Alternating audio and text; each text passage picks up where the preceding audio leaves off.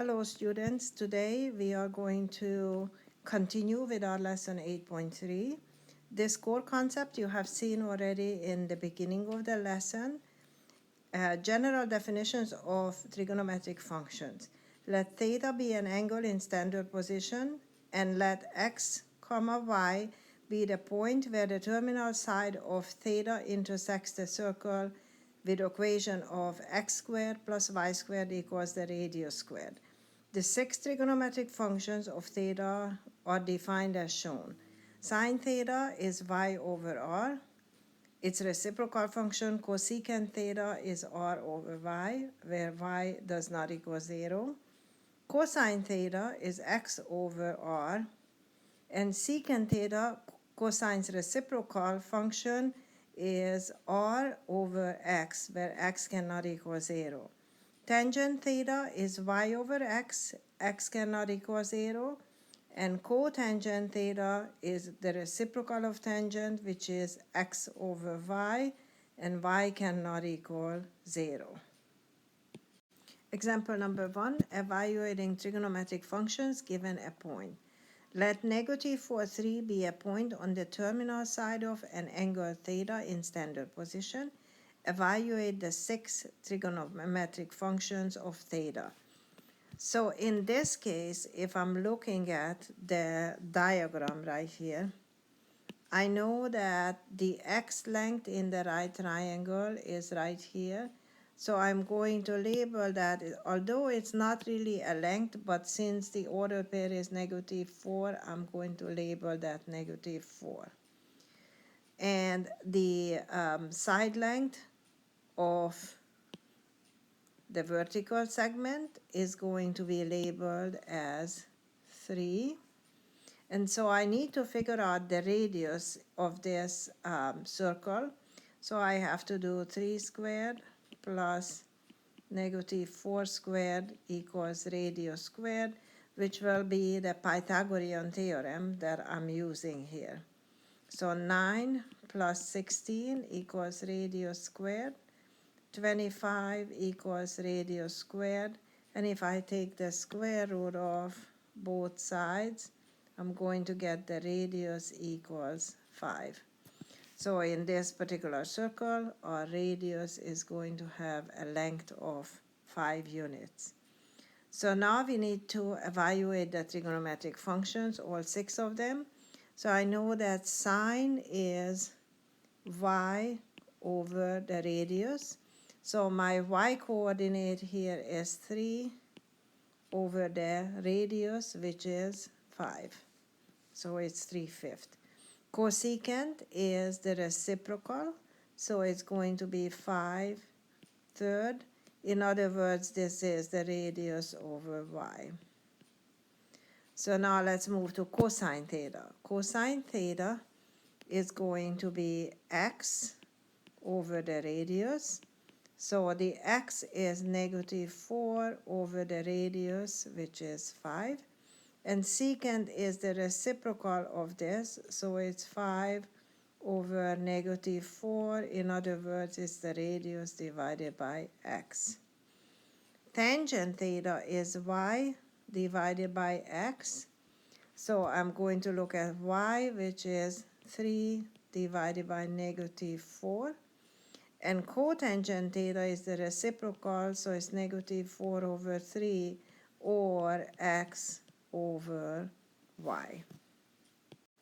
I would like you to notice that in this triangle, and I'm going to mark it in light green, the reference angle is actually this angle right here, and this is the reference angle what we use when we are evaluating the 6 trigonometric functions for the angle that is marked in red here, angle theta.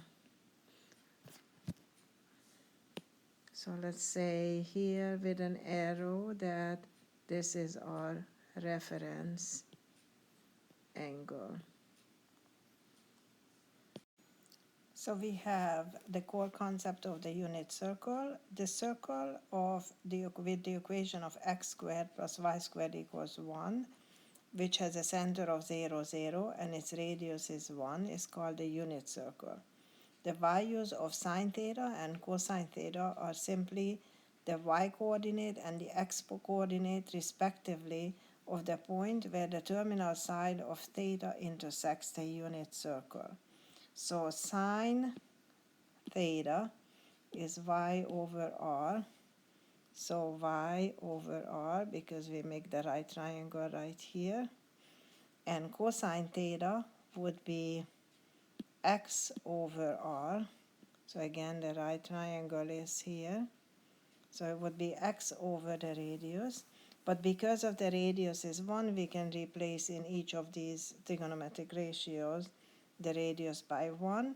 So sine theta is going to be y over 1, or just simply y, and cosine theta is x over 1, which is simply x. So the ordered pair x and y will be cosine and sine.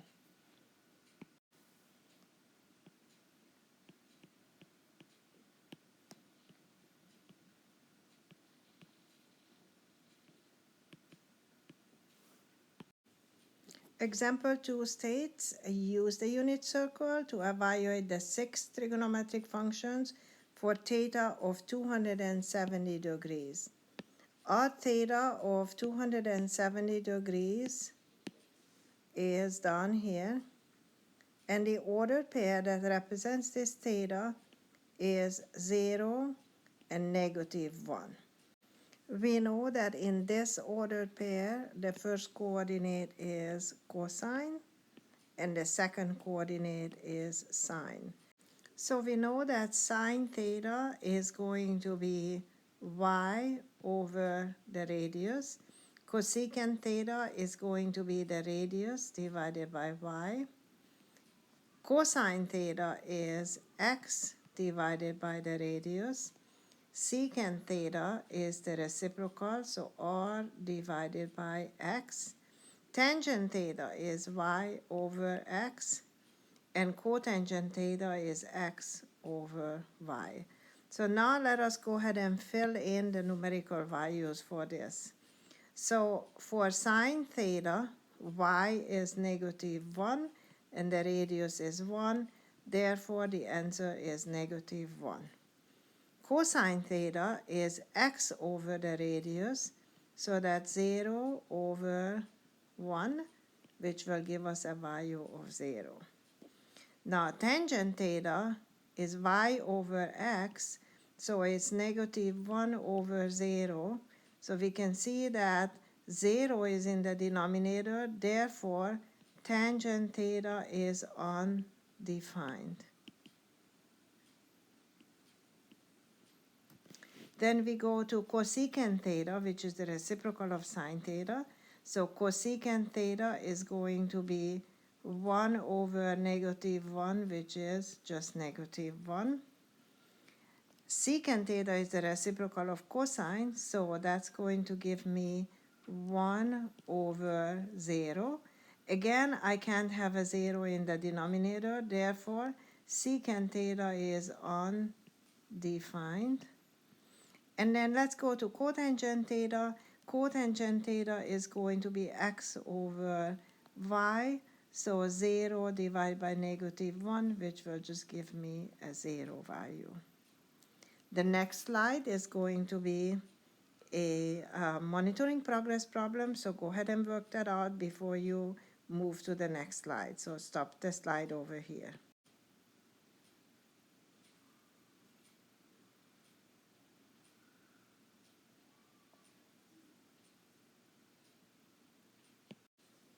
So the next core concept is reference angle relationships. Let theta be an angle in standard position. The reference angle for theta is the acute angle theta prime formed by the terminal side of theta and the x-axis. The relationship between theta and theta prime is shown below for non-quadrantal angles theta, such as the theta between 90 and 360 degrees, or in radians between pi over 2 and 2 pi. So if you look at the angle that is in quadrant 2, so the terminal side right here is in quadrant 2, then the reference angle theta prime is this angle right here marked in green, and it can be calculated by 180 degrees minus theta, or if it's in radians, it's pi minus theta. If your terminal side is in quadrant 3, then the reference angle, which is between the x-axis and the terminal side, is going to be right here, the green angle, theta prime. And to calculate that, we are going to do theta minus 180 degrees, or theta minus pi, and then we are going to end up just with this little theta prime angle, the reference angle. If the reference angle is in quadrant 4, that means the terminal side of the angle is right here. Then we are going to be able to calculate the angle by 360 subtract theta, and that will give us this little angle here, or 2 pi minus theta if we are calculating it in radians. In example number 3, we need to find reference angles. So if I'm going to look at this problem, it says find the reference angle theta prime for theta equals 5/3 pi. So I'm going to look through my circle here.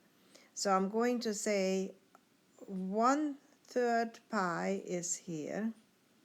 2/3 pi, if you're looking at your unit circle, you could also see this at the same time. 2/3 pi is here. 3/3 pi is going to be your straight angle, 180 degrees. 4/3 pi would be in quadrant 3, and 5/3 pi is going to be in quadrant number 4. So because I just figured out that this angle is going to be 5/3 pi, I need to figure out theta prime. So this would be theta prime, whereas the previous one here is your theta angle. So what I need to do is I need to say 2 pi, since we are in quadrant 4, subtract or 5 pi over 3. So find a common denominator, and you get 6/3 pi, subtract 5/3 pi, or 5 pi over 3, and then I'm going to get an answer for theta prime, or the reference angle, is going to be pi over 3. Now let's move on to part B, where we have negative 130 degrees angle. So I know that if I travel from the x-axis in the negative direction, that would be clockwise.